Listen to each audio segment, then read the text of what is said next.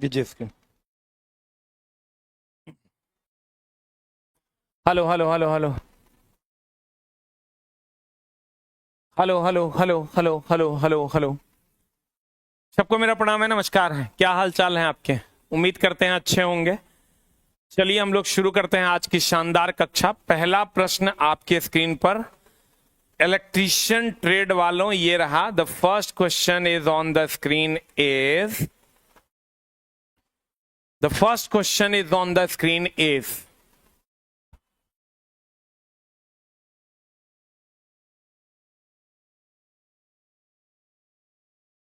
जल्दी बताओ। पहला क्वेश्चन आपके स्क्रीन पर ये रहा। आंसर बता दो जल्दी से, क्या हो जाएगा? चित्र में दर्शाया गया चेतावनी संकेत क्या इंगित करता है? चित्र में जो दर्शाया गया चेतावनी संकेत है, यहां पर ये ऐसा दिया हुआ है, ऐसा दिया हुआ है, ये डेंजर का सिंबल है दोस्त मेरे। इस चित्र में दिया गया चेतावनी संकेत किसको? आइए देखो, ये जाली है, आप देख के ही आप बता सकते हो, अंदाजा लगाना पड़ेगा।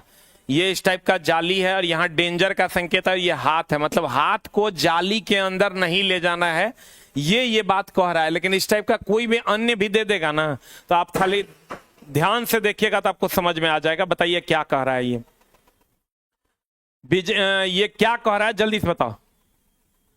चेतावनी क्या दे रहा है ये? पहला, चेतावनी संकेत की अगर हम बात करें तो चेतावनी संकेत किस आकार में होते हैं? जल्दी बताओ, चेतावनी संकेत किस आकार में होते हैं? अगर आपको कह दे चेतावनी संकेत किस आकार में होते हैं, तो ये त्रिभुजाकार आकार में होते हैं। त्रिभुजाकार आकार में होते हैं चेतावनी संकेत। चेतावनी संकेत किस आकार में होते हैं दोस्त मेरे? त्रिभुजाकार आकार में होता है चेतावनी से। और चेतावनी संकेत त्रिभुजाकार आकार में होता है। इसकी पृष्ठभूमि पीले रंग की होती है। इसकी पृष्ठभूमि किस रंग की होती है? पीले रंग की होती है, या काले रंग की आकृति होता है। इस पर काले रंग की आकृति होती है। पृष्ठभूमि की अगर हम बात करें, ये किस रंग की होती है? काले रंग की होती है। अगर आप पढ़े होंगे तो जरूर पढ़े होंगे। बता दो इसका आंसर क्या हो जाएगा? What is the answer? अनिवार्य संकेत वृत्ताकार होता है, निषेधात्मक संकेत भी वृत्ताकार होता है। अनिवार्य संकेत और निषेधात्मक संकेत भी वृत्ताकार होता है। निषेधात्मक संकेत जो होता है, ये दोनों वृत्ताकार होता है। ये दोनों दोस्त मेरे वृत्ताकार होता है। अनिवार्य संकेत और निषेधात्मक संकेत दोनों वृत्ताकार होता है। चेतावनी संकेत त्रिभुजाकार होता है। और अगर सूचनात्मक संकेत की बात करोगे तो आयताकार सूचनात्मक संकेत की अगर बात करोगे, सूचनात्मक संकेत की अगर बात करोगे, या आयताकार या वर्गाकार होता है। आयताकार या वर्गाकार होता है। आयताकार या वर्गाकार होता है। आयताकार या वर्गाकार होता है। चेतावनी संकेत कैसा होता है? त्रिभुजाकार होता है। अनिवार्य संकेत या निषेधात्मक संकेत कैसा होता है? वृत्ताकार होता है। सूचनात्मक संकेत कैसा होता है? आयताकार या वर्गाकार होता है। जल्दी से लिख लो।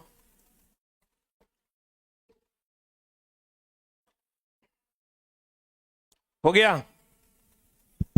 आंसर बता दो क्या हो जाएगा? बिजली के घेरे का कोई खतरा नहीं है, या घेरे में उष्मा महसूस हो रही है, या बिजली के घेरे से दूर रहें।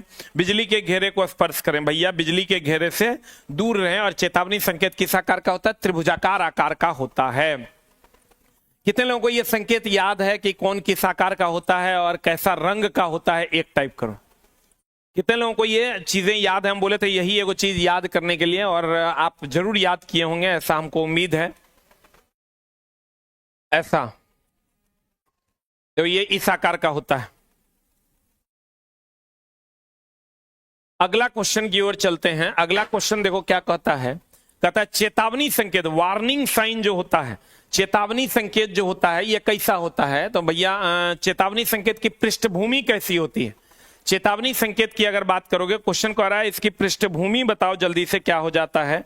इसका आकार त्रिभुजाकार होता है। पृष्ठभूमि जो होती है पीले रंग की होती है, और बॉर्डर जो होता है काला होता है, वस्तु भी काला होता है। बताओ चेतावनी संकेत की अगर हम बात करें, चेतावनी संकेत की अगर हम बात करें तो ये किस आकार का होता है? चेतावनी संकेत देखो यहां पर किस आकार का होता है?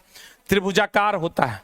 ये त्रिभुजाकार चेतावनी संकेत आपके सामने है, देखिए ये कैसा होता है? त्रिभुजाकार होता है। और ये चेतावनी देता है कि ये काम नहीं कीजिए। पृष्ठ इसका कैसा होता है?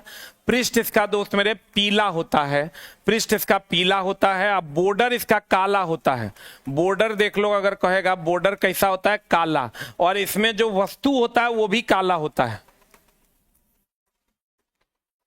जल्दी से लिख।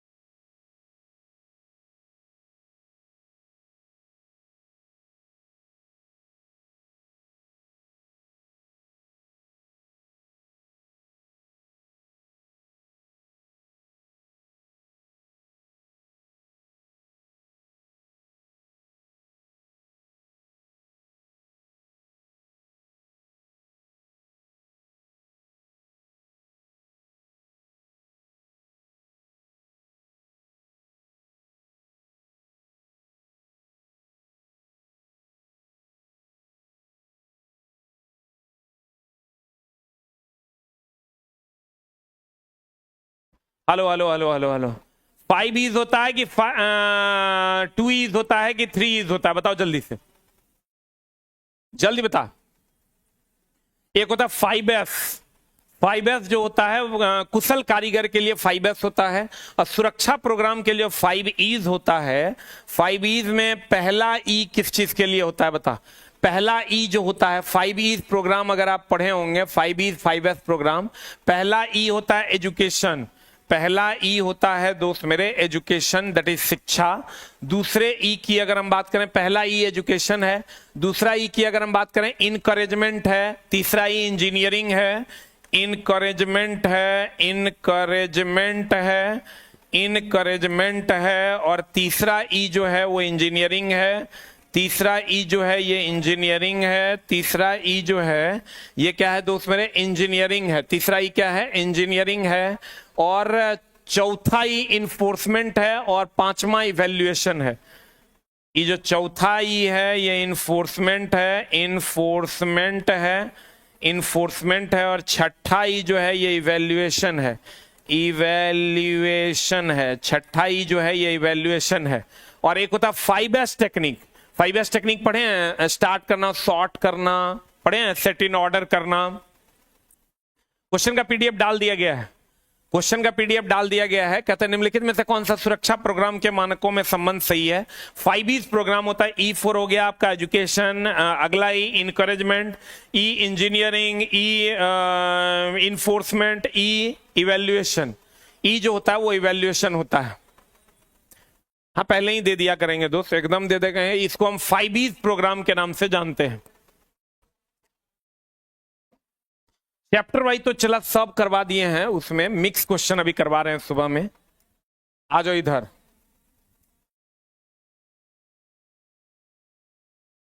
अगला क्या कहता है देखो, किसी दुर्घटना का अप्रत्यक्ष लागत क्या होता है। अप्रत्यक्ष लागत, प्रत्यक्ष लागत की बात नहीं हो रही है, अप्रत्यक्ष लागत की बात हो रही है। कहता है उपचार के लिए धन, घायलों के अनुत्पादन समय की लागत, भुगतान की गई क्षतिपूर्ति, क्षतिग्रस्त उपकरणों की लागत। दुर्घटना में अप्रत्यक्ष लागत क्या है, ये देखो, उपचार के लिए जो धन है ये डायरेक्ट लागत है, भुगतान की गई क्षतिपूर्ति ये भी डायरेक्ट है, क्षतिग्रस्त उपकरणों की लागत ये भी डायरेक्ट है, ये इनडायरेक्ट है। घायलों के अनुत्पादन समय की लागत, घायल के लिए अगर कोई समय देता है तो ये अप्रत्यक्ष लागत है, ये प्रत्यक्ष लागत नहीं है। कोई हमको 19 का एग्जाम का दोस्त मेरे नहीं मिला है, ये तो रेलवे बोर्ड की मनमानी है जिसको फालतू का बात कहते हैं। आंसर बताओ इसका क्या हो जाएगा, व्हाट इज द आंसर। विद्युत आग बुझाने हेतु निम्नलिखित में से कौन सा अग्निशामक उपयुक्त है, बताओ। विद्युत आग बुझाने के लिए सबको पता है कार्बन टेट्राक्लोराइड का उपयोग करते हैं, या यहां पर आंसर बताओ जल्दी से क्या हो जाएगा। अब विद्युत आग बुझाने के लिए हम लोग किसका उपयोग करेंगे, एक तो कार्बन टेट्राक्लोराइड का उपयोग करते हैं, सीटीसी का उपयोग करते हैं, हेलोन का उपयोग करते हैं, हेलोन का उपयोग करते हैं, या नहीं तो कार्बन डाइऑक्साइड का उपयोग करते हैं, सोडा अग्निशामक। इसी से दोस्त मेरे CO2 का निर्माण होता है, इसी से CO2 का निर्माण होता है। फॉर्म टाइप नहीं होगा, पानी का तो यूज एकदम नहीं करेंगे बिजली से लगी आग में।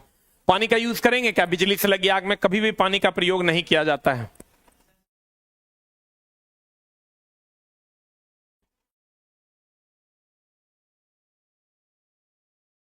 अगला अगला अगला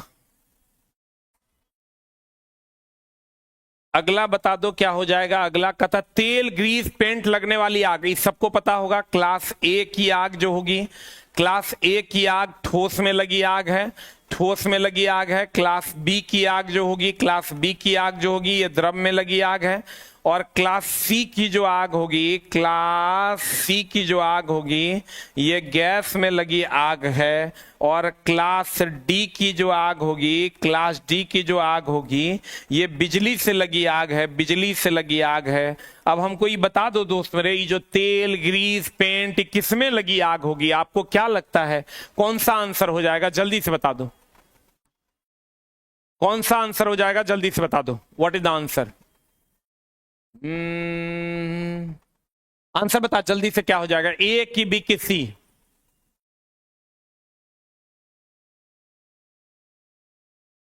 ए की बी द्रव में लगी आग हो जाएगा, द्रव में लगी आग हो जाएगा। क्लास बी की आग हो जाएगा, द्रव में लगी आग हो जाएगा तो क्या हो जाएगा? क्लास बी में लगी आग हो जाएगा। अगला अगला क्वेश्चन देखो क्या कहता है। कहता है ठन में से किस प्रकार की रेती केवल अर्ध, ठन में न निम्न में, ठन में न दोस्त मेरे, निम्न में से किस प्रकार की रेती केवल अर्ध गोलाकार आकार में उपलब्ध होता है? अर्ध गोलाकार आकार में कौन सा रेती उपलब्ध होता है? रेती आपको पिछले बार पूछा था एक क्वेश्चन। रेती अगर आप नहीं देखें तो ये रेफ कट फाइल है, देखो ये रेफ कट फाइल है, देखो ये इसे अर्ध गोलाकार होता है, ये रेफ कट फाइल है। और ये कैसा होता है दोस्त मेरे? अर्ध गोलाकार होता है। बता दो आंसर। रेफ कट फाइल का उपयोग कहां करते हैं हम लोग?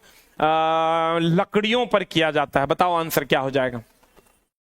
निम्न में से किस प्रकार की रेती केवल अर्ध गोलाकार आकार में उपलब्ध है? Raft cut file. और इसका उपयोग हम लोग लकड़ी पर सबसे ज्यादा करते हैं। डबल कट फाइल आपको जो पिछले बार यही पूछा था, डबल कट फाइल क्या होता है? डबल कट फाइल ऐसे ऐसे ऐसे, ये सिंगल कट हो गया, इसी पे ऐसे ऐसे ऐसे मारिएगा, ये डबल कट हो गया। बस्टर्ड फाइल को रफ फाइल के नाम से भी आप जान सकते हैं। वैसे दोनों अलग अलग है, लेकिन बस्टर्ड फाइल अधिक काटने के अधिक काटता है, ये अधिक काटता है, ये अधिक काटता है ये बस्टर्ड फाइल। पिछले बार एएलपी सीबीटी 2 का क्वेश्चन है, ये सीबीटी 2 का ये पिछले बार का क्वेश्चन है। कर्व कट फाइल तो कर्व होता है, कर्व कट फाइल कैसा होता है? कर्व होता है। तो आंसर बता दो। राफ कट फाइल हो जाएगा जिसका अर्ध गोलाकार होता है। राफ कट फाइल कैसा होता है दोस्त मेरे? अर्ध गोलाकार होता है। एग्जैक्ट 6 बजे लाइव हो जाएगा।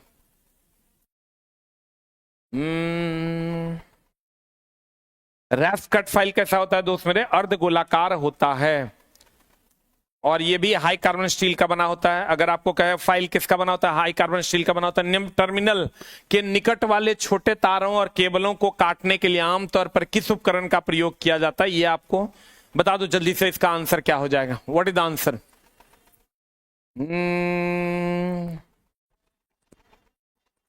जल्दी बताओ, व्हाट इज द आंसर? जल्दी बता। संयुक्त प्लायर का उपयोग करते हैं, संयुक्त प्लायर का उपयोग करते हैं। डायगोनल प्लायर का उपयोग पतले तार को काटने के लिए करते हैं। डायगोनल प्लायर का उपयोग पतले तार को काटने के लिए, पतले तार को काटने के लिए हम लोग डायगोनल प्लायर का उपयोग करते हैं। पतले तार को इलेक्ट्रीशियन चाकू, इलेक्ट्रीशियन चाकू तो ये होगा नहीं, कैंची भी नहीं होगा। एक होता है स्निप, स्निप को हम लोग चादर को काटने के लिए प्रयोग करते हैं। चादर काटने के लिए हम लोग इसका उपयोग करते हैं। स्निप का उपयोग चादर कैंची के जैसा होता है, लेकिन चदरा काटने के लिए हम लोग किसका उपयोग करते हैं? स्निप का उपयोग करते हैं। चदरा काटने के लिए स्निप का उपयोग करते हैं। सर पढ़ते हैं लेकिन भूल जाते हैं, सबके साथ होता है। हम लोग भी नहीं पढ़ेंगे तो हम लोग भी भूल जाएंगे। एक होता है डाई, एक होता है टेप। आपको ये क्वेश्चन जब भी पूछेगा एक फिक्स एकदम बेसिक से पूछेगा। डाई बाहरी व्यास, बाहरी व्यास, बाहरी व्यास, बाहरी व्यास पर डाई जो है बाहरी चूड़ी काटने के लिए, डाई जो होता है ये बाहरी चूड़ी काटने के लिए होता है। और टेप जो होता है दोस्त मेरे, ये अंदरूनी चूड़ी काटने के लिए किया जाता है। अंदरूनी चूड़ी काटने के लिए करते हैं, अंदरूनी चूड़ी काटने के लिए इसका उपयोग करते हैं। अंदरूनी चूड़ी काटने के लिए करते हैं। सर पूरा बिहार में आपके स्टूडेंट भरे पड़े हैं, तो पढ़ने वाले सारे पढ़ रहे हैं और खूब पढ़ रहे हैं, और सारे टीचर अच्छा पढ़ाते हैं। आप टीचर कभी आपसे कुछ ले नहीं सकते हैं, आपको सिर्फ पढ़ा सकते हैं।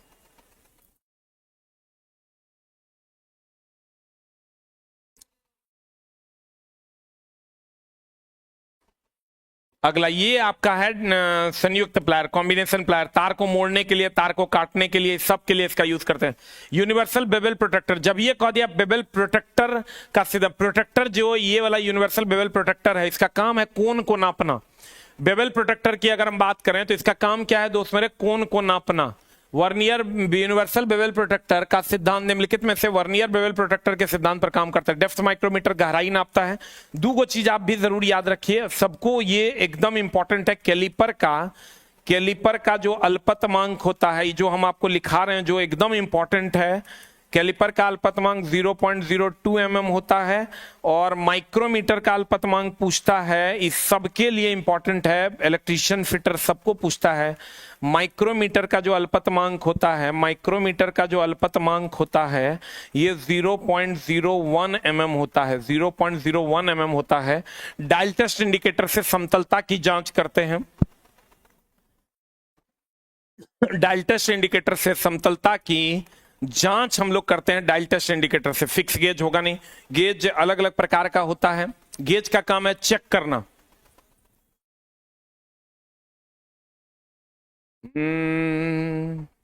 हो गया। अगले क्वेश्चन की ओर चलते हैं। द नेक्स्ट क्वेश्चन इज, अगला क्वेश्चन है एसडब्ल्यूजी। एसडब्ल्यूजी बहुत इंपॉर्टेंट है, क्योंकि इससे तार का व्यास नापते हैं, खास करके बाहरी व्यास नापते हैं।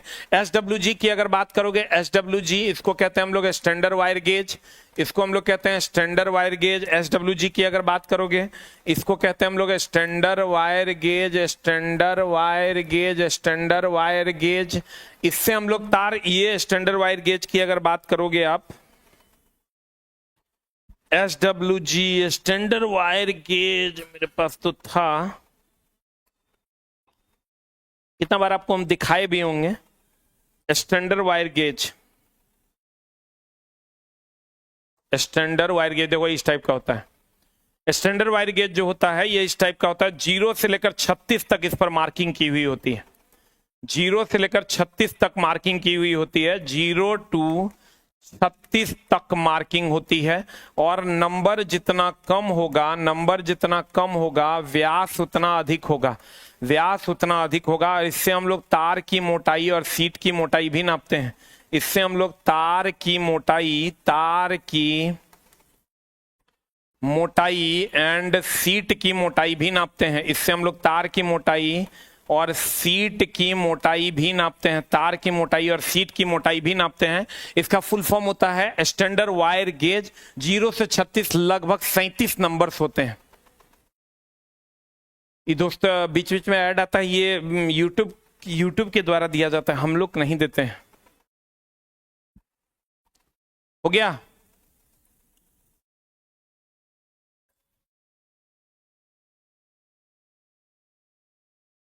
0 से 36 तक नंबर होते हैं, यानी टोटल 37 नंबर होते हैं। और इसका नंबर जितना कम होगा, व्यास उतना ज्यादा होगा। तार की मोटाई या सीट की मोटाई नापने के लिए हम लोग इसका उपयोग करते हैं। बता दो जल्दी से, स्टैंडर्ड वायर गेज का उपयोग क्या चीज के लिए करते हैं? जल्दी बताओ, स्टैंडर्ड वायर गेज का उपयोग क्या चीज के लिए करते हैं? जल्दी बता। बाहरी व्यास नापने के लिए हम लोग स्टैंडर्ड वायर गेज का प्रयोग करते हैं। प्रतिरोध नापने के लिए तो अगर बहुत उच्च प्रतिरोध है तो मेगर का यूज करते हैं। अगर कम प्रतिरोध है तो व्हीटस्टोन ब्रिज का उपयोग करते हैं।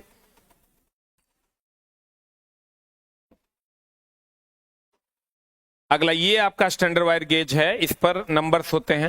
अब बताओ, ये आपका स्टैंडर्ड वायर गेज है, ये आपका स्टैंडर्ड वायर गेज है। 0 से लेकर कितना तक नंबर तक होता है? 36 नंबर तक। कहता है निम्नलिखित में से कौन सा तार गेज में उच्च धारा वहन क्षमता होगा? 18 SWG, 20 SWG, 24 की 26। बताओ जल्दी से। हम बोले थे नंबर जितना कम होगा, नंबर जितना कम होगा, मोटाई उतना ज्यादा होगा। जितना ज्यादा मोटा होगा, वहन क्षमता भी उतना ही अधिक होगा।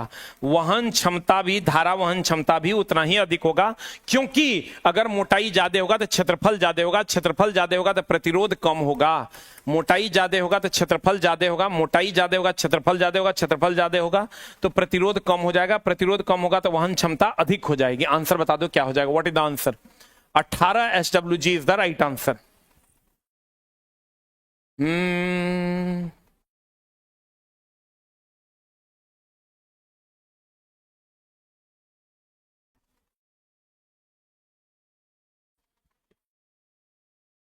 हो गया।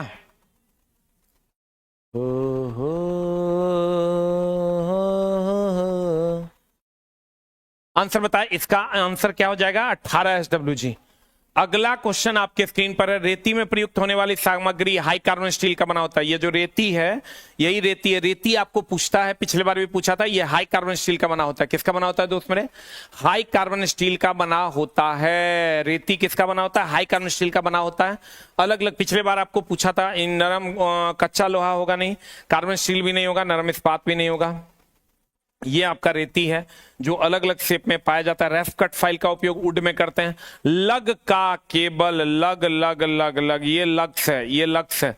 इसमें हम लोग, आप बैटरी में देखे होंगे, इधर से तार जोड़ के इसको हम लोग जो है दे के टाइट कर देते हैं। लग, लग का केबल, लग के अधिकतर कॉपर का बना होता है। लग अधिकतर कॉपर का बना होता है। लग का केबल समापक सिरे पर कसने के लिए हम लोग कौन सा डैश का प्रयोग करते हैं? किस कॉम्बिनेशन प्लायर का कि क्रिम्पिंग प्लायर का? क्रिम्पिंग प्लायर का उपयोग करते हैं। नोज प्लायर का उपयोग, नोज प्लायर की अगर बात करोगे, नोज प्लायर की अगर हम बात करें, नोज प्लायर किधर है? रखा हुआ भी नहीं मिलता। देखो ये नोज प्लायर, ये गहराई में, ये संकीर्ण जगहों पर, जहां पर जगह कम होता नहीं, इसका नोज लंबा होता है। संकीर्ण जगहों पर घुस कर तब वर्कपीस को पकड़ने का काम करता है ये नोज प्लायर। संकीर्ण जगहों पर घुस के तब हम लोग, ये संयुक्त प्लायर की बात करोगे, ये आपका डायगोनल प्लायर है, ये डायगोनल प्लायर है। और संयुक्त प्लायर, ये आपका संयुक्त प्लायर है। इस टाइप का ये संयुक्त प्लायर होता है। और नोज प्लायर का नोज जो होता है ये लंबा होता है, ये संकीर्ण जगहों में भी घुस जाता है। नोज प्लायर जो होता है संकीर्ण जगहों में भी घुस जाता है। अगला ये आपका है लग केबल के समापक सिरे को कसने के लिए हम लोग इसका उपयोग करते हैं। और किसका उपयोग करते हैं? क्रिम्पिंग प्लायर का उपयोग करते हैं। चूंकि पिछले बार आपको ये क्वेश्चन पूछा था क्रिम्पिंग प्लायर से रिलेटेड। बताओ टी स्क्वायर, ये क्वेश्चन एकदम सबको पूछता है, चाहे वो इलेक्ट्रिशियन हो कि फिटर हो। ये टी स्क्वायर जो होता है, ट्राई स्क्वायर आप कह दीजिए, इसको आप ट्राई स्क्वायर कह दीजिए, ट्राई स्क्वायर कह दीजिए। ट्राई स्क्वायर का पॉइंट एंगल 90 डिग्री होता है। और इसका ये स्टॉक होता है, स्टॉक होता है जो कास्ट आयरन का बना होता है। स्टॉक होता है, ये कास्ट आयरन का बना होता है। और ये ब्लेड होता है जो स्टील का बना होता है। जो ब्लेड होता है ये किसका बना होता है? स्टील का बना होता है। और ये दोनों के बीच का कोण 90 डिग्री होता है। तो आंसर हो जाएगा आपका 90 डिग्री। ये मेरे पास ये आपका है ट्राई स्क्वायर। आंसर बता दो कितना हो जाएगा? एकदम जो सिंपल क्वेश्चंस हैं वो इलेक्ट्रिकल औजार से आपका पूछा जाता है। 90 डिग्री हो जाएगा। एकदम हॉट टॉपिक, हम वही टॉपिक ला रहे हैं चला जो तुमको पढ़ने की जरूरत है और जिसको पढ़ के तुम्हारा काम हो जाएगा। रिवीजन करने की जरूरत है, जहां तुमको दिक्कत होती है। तुम अपने से भी पढ़ रहे हो, हम भी तुम्हारी मदद कर रहे हैं। अगला ये आपका ट्राई स्क्वायर है, ये ब्लेड है और ये आपका स्टॉक है। 90 डिग्री पर होता है। ये क्वेश्चन आपको पिछले बार पूछा था। बता दो चित्र में दिखाए गए उपकरण का नाम क्या है? अभी तुरंत हम आपको बताए थे, जल्दी से बता दो क्या है। इसी से हम लोग लग को जो है ना टाइट करने का काम करते हैं। इसको हम लोग क्रिम्पिंग प्लायर कहते हैं, स्ट्रेट स्निप कहते हैं। स्निप का काम है दोस्त मेरे काटना। स्निप का काम की अगर हम स्निप की बात करोगे, चदरा काटने के लिए हम लोग जो कैंची होता है ना, चदरा काटने के लिए हम लोग इसका उपयोग करते हैं। किसका? स्निप का उपयोग करते हैं। आंसर हो जाएगा hand crimping plier. Bent snip का उपयोग बेंट कार्यों को काटने के लिए, लेकिन ये आपका काम नहीं है। साइड कटिंग प्लायर साइड में काटने के लिए। और इसका हैंड क्रिम्पिंग प्लायर का काम है लग्स को टाइट करना। लग को क्या करना? टाइट करना। लग किसका बना होता है? कॉपर का बना होता है। लग किसका बना होता है दोस्त मेरे? कॉपर का बना होता है। लग किसका बना होता है? कॉपर का बना होता है। लग किसका बना होता है? लिख लो, लग जो होता है ये किसका बना होता है दोस्त मेरे? कॉपर का बना होता है। मात्र 20 से 25 क्वेश्चन करवाएंगे ना, तभी भी एग्जाम में तक अभी तक आपको हम 800-900 क्वेश्चन करवा देंगे। 1000 या 1200 क्वेश्चन के आसपास हम अभी से एग्जाम तक करवा देंगे।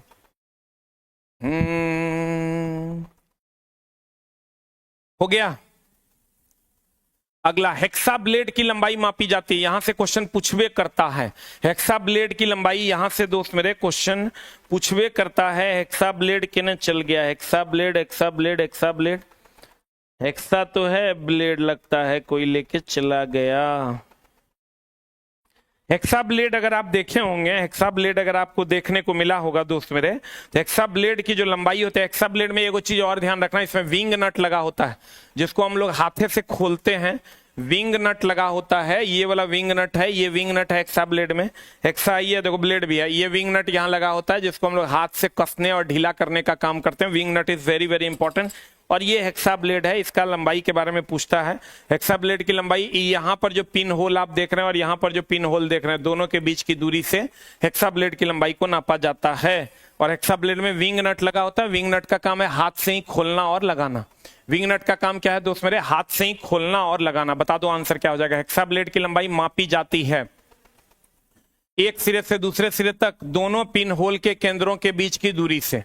दोनों पिन होल के केंद्रों के बीच की दूरी से हम लोग इसको नापते हैं। ये जो दोनों पिन होल है, ये जो हेक्सा ब्लेड आप देख रहे हैं, हेक्सा ब्लेड, ये हेक्सा ब्लेड जो आप देख रहे हैं, ये पिन होल और ये पिन होल, दोनों पिन होल के बीच की दूरी से हम लोग इसको नापते हैं। दोनों पिन होल के बीच की दूरी से हम लोग इसको नापते हैं।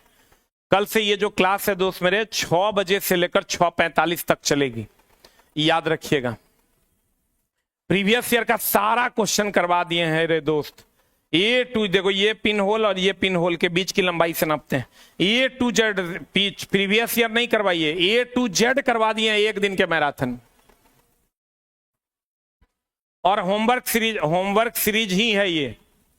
हम डेली आपको एक चैप्टर करवाएंगे और ऑलरेडी आपका होमवर्क सीरीज अगर आप पहले किए होंगे तो आपका पढ़ा हुआ है, तो हम आपको थ्योरी बताते हुए चलेंगे, सिखाते हुए चलेंगे, आप एकदम निश्चिंत रहिए।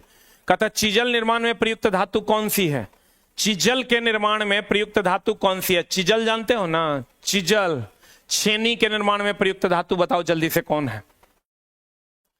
चीजल के निर्माण में प्रयुक्त धातु कौन सी है? देखो याद रखना, चीजल जो होता है जिसको आप छेनी के रूप में जानते हैं, चीजल की अगर हम बात करें, ये हाई कार्बन स्टील का बना होता है। हाई कार्बन स्टील का बना होता है।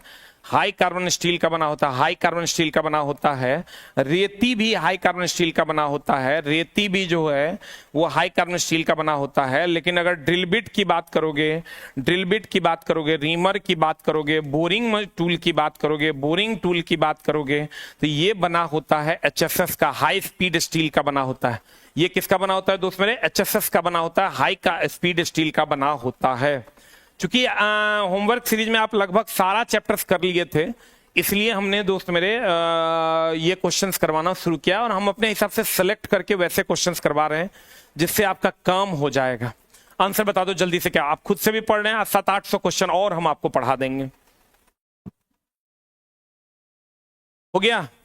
आंसर बता दो जल्दी से। हाई कार्बन स्टील हो जाएगा। हाई स्पीड स्टील का तो अभी तुरंत बताए, drill bit, reamer, boring tool, ये सब हाई स्पीड स्टील का बना होता है। हाई स्पीड स्टील का बना होता है। डेली ये क्लास 6 से 6:45, मात्र 45 मिनट की क्लास होगी। और यही आपका जो है दोस्त मेरे, ये जो आप देख रहे हो इसी को चीजल या छेनी कहते हैं।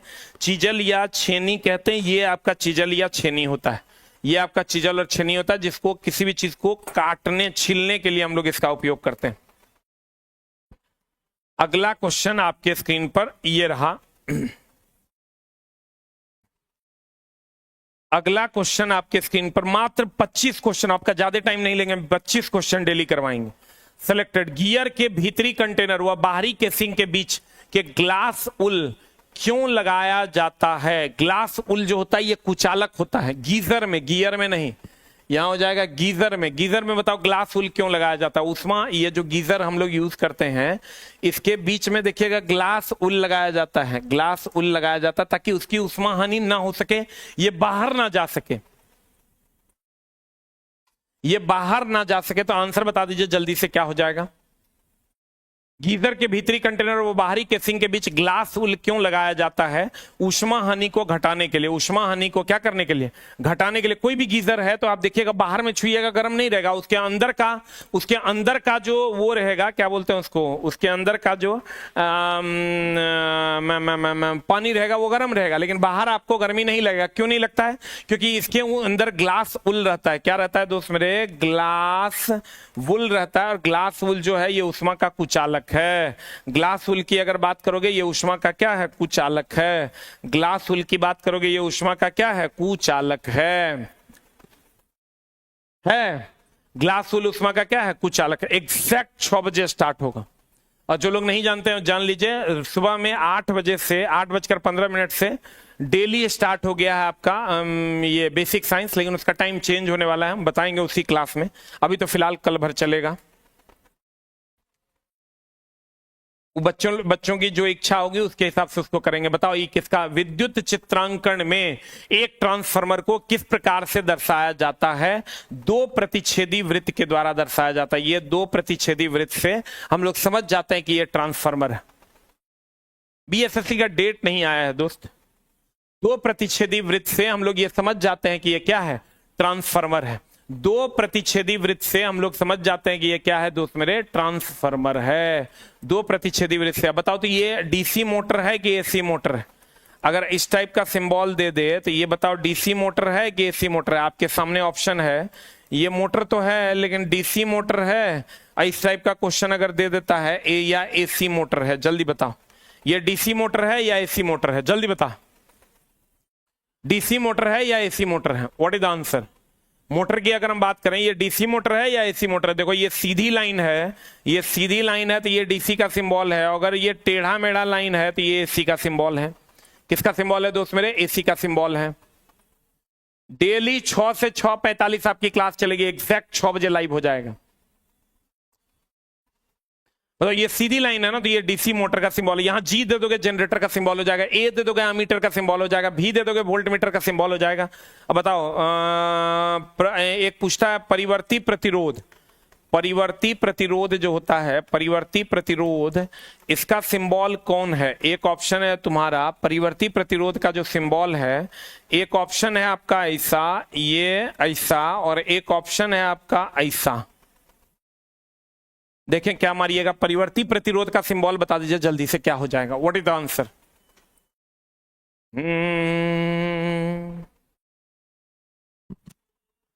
जल्दी बताओ, परिवर्ती प्रतिरोध का आंसर क्या हो जाएगा? What is the answer? जल्दी बता, परिवर्ती प्रतिरोध का सिंबल कौन सा सही है? परिवर्ती प्रतिरोध का सिंबल जल्दी बता दो कौन सा सही है। ये परिवर्ती प्रतिरोध का सिंबल है, ये परिवर्ती प्रतिरोध का सिंबल है।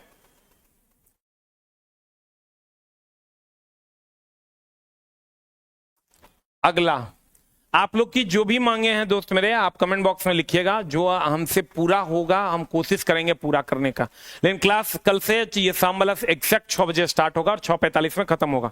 90 डिग्री के कोनों के विशुद्ध माप के लिए अभी तुरंत बताए थे हम किसका उपयोग करते हैं? ट्राई स्क्वायर का प्रयोग करते हैं। स्टील टेप, स्टील टेप जो है प्रत्यक्ष लंबाई, प्रत्यक्ष माप देता है डायरेक्ट। ये स्टील पट्टी जो है ये आप